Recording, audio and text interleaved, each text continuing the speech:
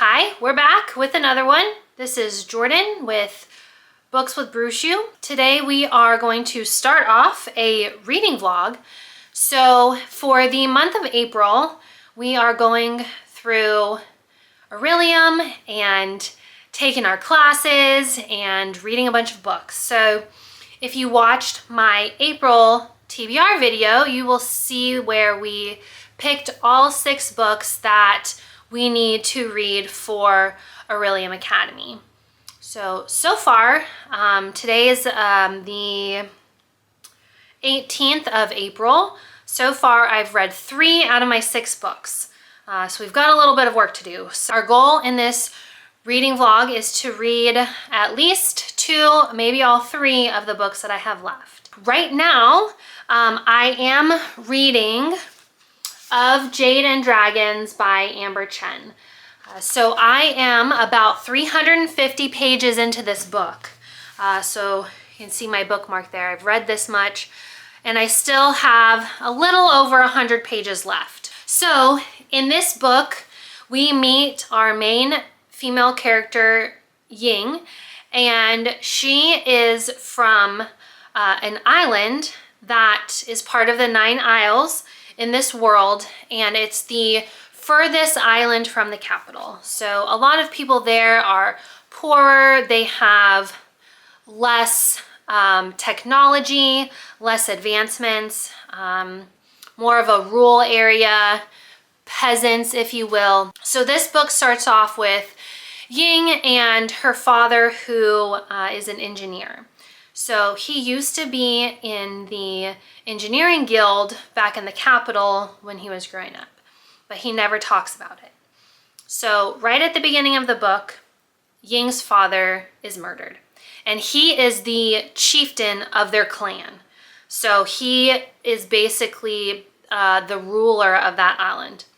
So he gets murdered right at the beginning, and then her older brother takes over that role. Well, Ying had walked in on her father being murdered and saw the murderer and suspects that that murderer is from a different continent who they're kind of at war with, who the 9 Isles is kind of at war with. So she also finds a letter from somebody in the engineering guild warning her older brother not to pursue her father's killer, their dad's killer. Not to investigate it, just leave it alone. So Ying finds this letter and decides, you know what, I am not going to let this go. I'm going to seek revenge. So she sets out on this journey to travel to the capital city and be an apprentice in the engineering guild. So they have, it's basically a 6 months trial where they have 3 different tests, every 2 months. And she has to pass all of these tests in order to become an apprentice in the engineering guild.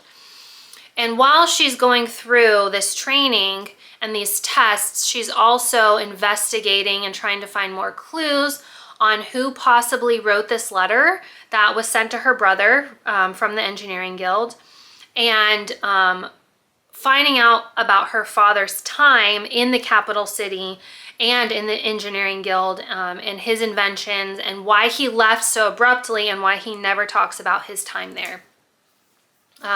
She also meets one of the high commander, basically the king. She meets one of the high commander's sons who sponsors her into being in the engineering guild. So women are not allowed in the engineering guild, only men. So she has to pretend to be a man this whole time. However, the prince who sponsored her does know that she's a woman, and so there is a budding relationship going on between them. This is a YA book, so the romance is very slow moving. The characters are very young. She is, she's obviously attracted to this prince, but doesn't feel like he is also attracted to her, even though he clearly is. and she is kind of astonished or surprised when he makes advances towards her, especially since she's a commoner, even though she is the chieftain's daughter from her island.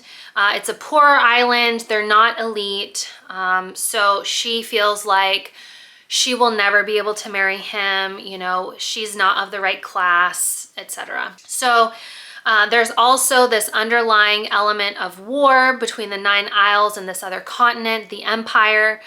So they have started small skirmishes where the prince has to go off and fight and lead his army of people. So I have about 100 pages left. The plot is pretty slow moving. However, I am really enjoying this book. I'm really loving it so far. So I am excited to finish this book. The next book in this series comes out this summer.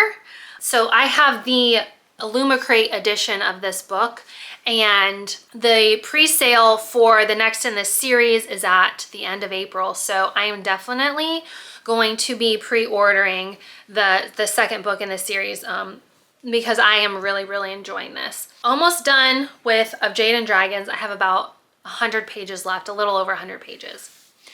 So that leaves us with 2 books left to finish all of our classes for Aurelium. So we have What the River Knows by Isabella Banez. So this is not only for our yearly Adventures in Eldia, the April book with River in the title, but also for one of our classes on a book that was already on our TBR for the month. So we have What the River Knows, and then we also have The Fury by Alex McLadies, which is our book with 2 words in the title. After I finish Of Jade and Dragons, I will most likely go into The Fury, just because it's a different genre. This is a mystery thriller, so get a little bit away from the fantasy before we jump into another fantasy, just to, you know, kind of separate the worlds a little bit. Sometimes if I read 2 fantasies back to back, sometimes I get the world building a little confused or commingled. So it will be good for me to break those up with a different book. So I will check in with an update as soon as I am finished with Of Jade and Dragons.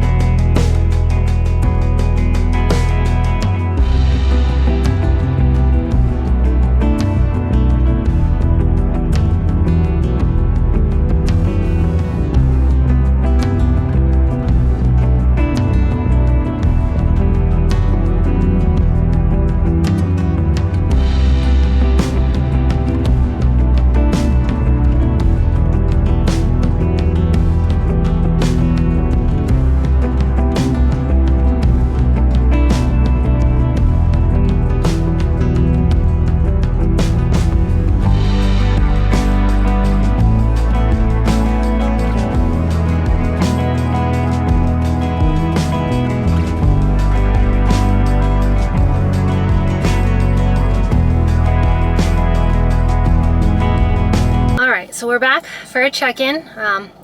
Just left the gym, so I'm a little sweaty, but this is about the only time that I have to update the reading blog. So I finished Of Jade and Dragons, and I really enjoyed that book. It was so good. So I believe I left off and there were like 150 pages. I was at page 150, so I think I was about halfway through. Ying, she progressed in the academy, or not the academy, sorry, the Engineers Guild. Her and the Prince Yi Yang were, you know, hitting it off a little bit more, and she was at the same time still investigating her father's murder. So a couple different events happen where she has to try not to get recognized by her family, who did make their way to the capital for certain events. The war progressed. There was a big battle, and then at the end there was a pretty significant thing that happened for the kingdom, and honestly the book kind of wrapped up towards the end. The year at the Engineers Guild has concluded, the trials are over, and you know, there was a definite wrap up to the series, or I mean to the book. So there is a second book, which happens a couple of years after this first one. But I enjoyed the first one so much that I definitely want to read the second one. So I really enjoyed the author's writing, the writing style. It was definitely YA, so the spice was like, I think 2, maybe 3 kisses in the entire book, but nothing else. So, you know, non-existent in that realm. But it was still really good. I enjoyed the world building and this world that they live in, and their technology is really cool. They have kind of boats that fly. They're kind of like a blimp with a boat bottom stuck onto them and then wings out on the sides that flap. So I really liked their technology and the different things that the Engineers Guild came up with throughout the book. So I really enjoyed that part of it. So overall, I gave the book 4.5 stars because I really did like it. So I will be purchasing the second book in the series when Illumicrate does their pre-sale, I think next week. So definitely gonna get on that. So after Of Jade and Dragons, I did start The Fury, and I'm about 200 pages in. So I've got about 100 pages left. So the beginning of the book started off kind of slow and very wordy. I wasn't loving the first couple chapters. So in the first couple chapters of the book, you're being introduced to all of the characters who are involved in this murder mystery. So it's a murder mystery, and it's kind of lighthearted. It's not super serious or scary, at least not yet. So the entire book is narrated, and the narrator is telling you the story from his point of view. So we are first introduced to Lana. She is a retired actress who used to live in California but has moved out to London with her teenage son Leo. So we're introduced to Lana. She has a lot of money, and she's very beautiful. So everybody is super jealous of her. She gets a lot of attention everywhere she goes. She walks into a room and all eyes are on her. So that comes with some jealousy on the part of people involved in her life. And Lana is also described as being very sweet and very nice and very caring and loving.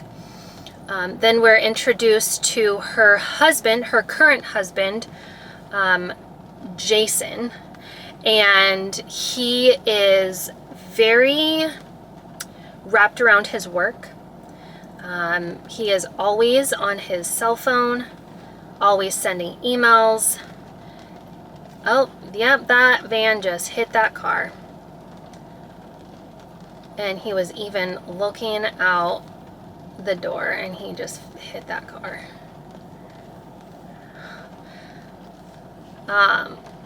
So Lana's husband Jason is very concerned with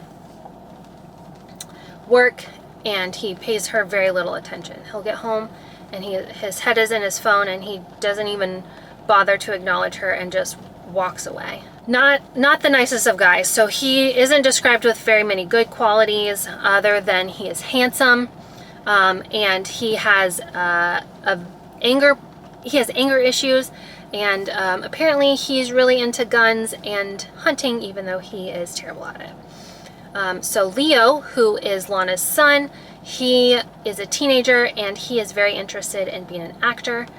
His mom is kind of discouraging him from this pursuit because he can be anything that he wants to be because Lana has a lot of money. Lana feels that because she has a lot of money that he should want to do something else. I wonder if this guy's gonna leave a fucking note or anything because he hit this person's car. Probably not. Nope, doesn't even look to see what the damage is, just fucking walks right off. I swear, people in this world blow. Then we're introduced to Kate, who is a theater actress, and she is in a play that is set to open in a week, and she can't seem to recall her lines very well. So she is having a lot of stress at work. She is heavily addicted to alcohol and drugs, so that plays a part a little bit later in the book. And then we are finally introduced to the narrator, whose name is Elliot. He writes plays, and he used to be, well, he used to have a sugar mama. So when he was younger, he met this older lady who brought him home to her house, and he moved in with her, and she was his sugar mama. And basically she, paid for everything in his life, let him live in her house. And she has recently died. So she left him her house, which was in disrepair, and didn't leave him any money. So he has sold this house because he couldn't afford the upkeep, and has been living off of the money from selling the house. So then something happens where Lana, at least it's described to us as Lana isn't sure what's happening, and there's something wrong. And it's discovered that her husband and Kate are having an affair. So she decides that everybody, all the people I just described, are invited to her Greek island. So her previous husband, who has died, bought her a Greek island, just a short boat ride away from Mykonos. So she has invited this group of people to come to the island with her, to have a relaxing vacation. Also accompanying them, I did forget about Agathe, who they met on Mykonos, and she became their son's, Leo's, nanny. And since he has grown up, she's now the cook and the housekeeper, because they just loved her so much. So she's part of the family. So she is also going with them. Once we get to the island, we are introduced to Nikos, who is the caretaker. So Nikos is the caretaker of the island and the house, and he lives there by himself. So he is very lonely, very secluded. He, grows his own vegetables and fruit in the garden and has a lot of fruit trees. So he is pretty self-sustaining there on the island, where he only has human interaction, a couple times a year when Lana decides to visit. He's a recluse, kind of awkward. He doesn't speak a lot of English, so they honestly don't converse with him all that much. So the story is progressing. I don't know if I love the narrator aspect of this. It seems kind of slow. The narrator, Elliot, he'll start to tell the story, and then we get to the end of the chapter, and then the next chapter, it's like, oh, haha, I was just kidding, that wasn't true. Here's what actually happened. or that's what I wanted to happen, but here's what actually happened. And you know, I can see what the author is trying to do here, but I'm not loving it. Honestly, if this wasn't a book for Aurelium Academy this month for Magical Readathon, I honestly probably would DNF.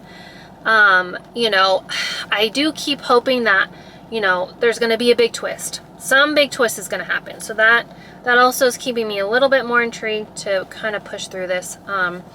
It's also a very fast read. So normally I'm a pretty slow reader, but the chapters are so short and the writing's not complicated. You know, there's not a complicated world or any world building going on. It's not a fantasy novel. It's reading really fast as well. So that helps its case too. It is pretty wordy. It's already a short book. It's less than 300 pages. And it's very wordy. There's some fluff that could be cut out of this and the book would be really, really short. So, you know, there's good and bad from that, but you know, so far it's okay. It's definitely not the best mystery thriller I've ever read by any means, but I will check in again as soon as I have finished The Fury. Okay, back for another update at the gym again. Apparently this is the only time during the week this week that I actually have time to update. So I did finish The Fury, and honestly, I didn't love it. So I gave it a 2.5 star.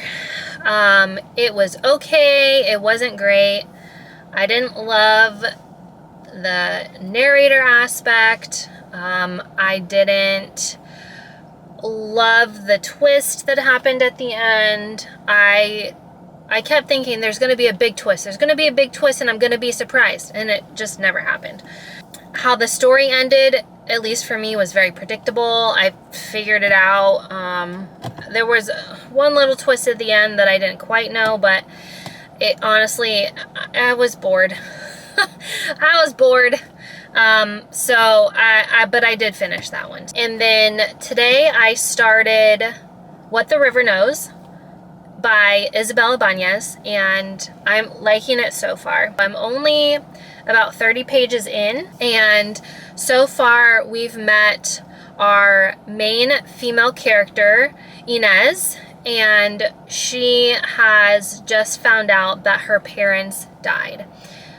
So she lived in Argentina, and she received a letter from her uncle who lives in Cairo, saying that her parents had passed away. Now, her parents had habitually over the last, 20 years had been going out to Egypt for 6 months out of the year, approximately. It appears that they were archaeologists or something of that nature, and would go out there to do research, and were just very enthralled with the life out there, and they really loved it out there. And so they would leave Inez behind in Buenos Aires, and it ends up that they died there.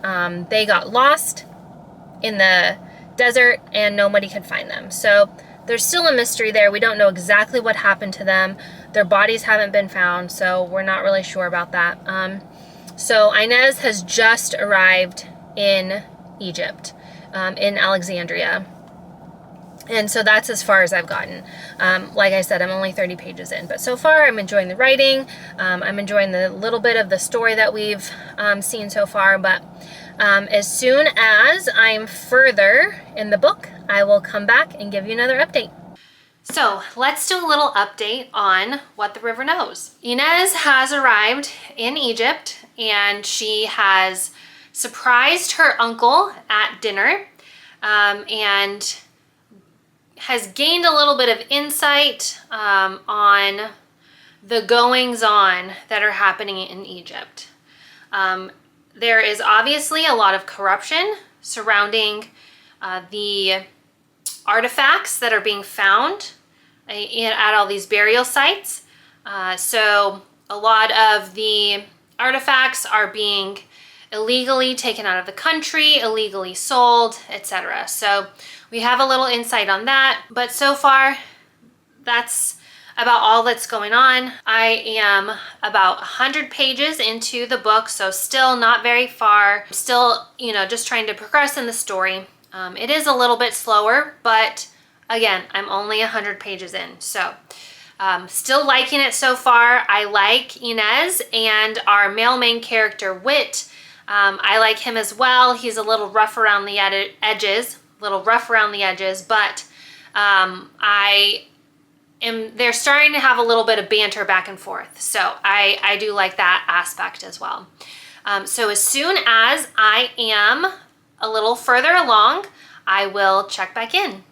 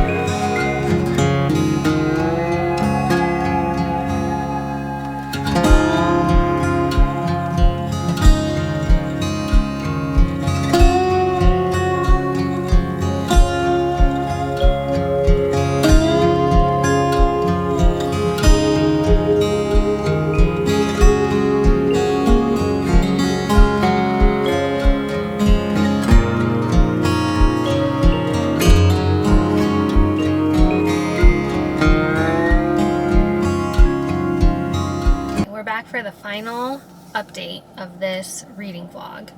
So I finished What the River Knows today, and oh my gosh, it was so good. I really loved it. Inez, she travels to Egypt. She meets her uncle there and a British guy named Whit, and they go off on a little adventure, a little archaeological adventure, and are trying to discover Cleopatra's tomb. And they are searching out Cleopatra's burial place and, you know, seeing what kind of artifacts are there, and any hints that they can discover on her, about her final days. At the very beginning of the book, Inez has received a ring that her father mailed her from Egypt. And this ring was imbued with some magic of Cleopatra's. So Inez can kind of track Cleopatra's magical signature because of this ring. So she is a big asset to this excavation. However, her uncle doesn't really want her to be there, so she kind of has to be a trickster to accompany them on this journey. We find out a lot more about Whit and about her uncle and everyone else involved in this excavation. And there are some twists and turns that I did not expect coming. And Inez is also trying to figure out, you know, what happened to her parents, if they did actually die, where they're at, you know, are they in hiding? Was her uncle involved at all? You know, is he a good guy or is he a bad guy? And then also trying to keep all of these ancient Egyptian artifacts in Egypt and not being sold on the black market. A lot happens in this book, a lot of ups and downs, and the ending, oh my gosh, the ending, I was shocked. I was so shocked. I was not expecting the ending at all. And it made me go back and rethink a lot of the scenes with one of the characters that was involved with the shocking ending. So overall, I really, really enjoyed the book. I ended up giving it 4.5 stars. And I really, really loved it and enjoyed it. So I would definitely recommend that book. Overall, we finished up all of our books for Aurelium. So I did pass this semester with finishing all 6 books. So that's exciting. And I enjoyed most of the books that I read. Pretty much just the exception of The Fury I did not enjoy. Thanks for tuning in, and I'll see you in the next one.